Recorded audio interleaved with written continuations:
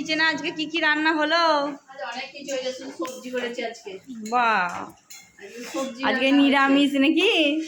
নিরামিষ। এই যে টমেটোর চাটনি করা হচ্ছে। আমি খাবো। আচ্ছা, তোমারটা সেই কালার এসেছে তো একবারই।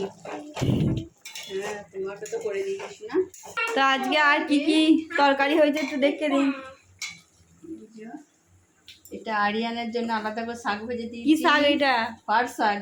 তো আজকে হয়েছে পাট শাক ভাজি, আরিয়ানের চাটনি আলাদা, চাটনি আলাদা, পটল ভাজা আলাদা, পটল ভাজা হয়েছে। আরিয়ানে বেশি তরকারি তো। আরিয়ানের এইটা ঝিঙে ঢেঁড়স দিয়ে আলু দিয়ে ঝোল করে দিয়েছি। আলু দিয়ে ঝোল। আরিয়ানে বাবা আজকে 4টে তরকারি তো।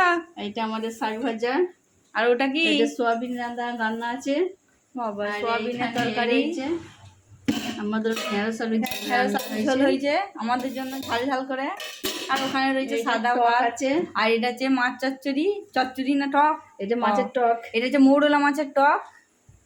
আর এখানে এই আমাদের চাটনিটা হচ্ছে, এখনো হয়নি। আজকে অনেক কিছু রান্না হয়েছে, সব সবজি সবজি। মাজানে কিচেনে আজকে অনেক কিছু রান্না হয়েছে নাকি গো?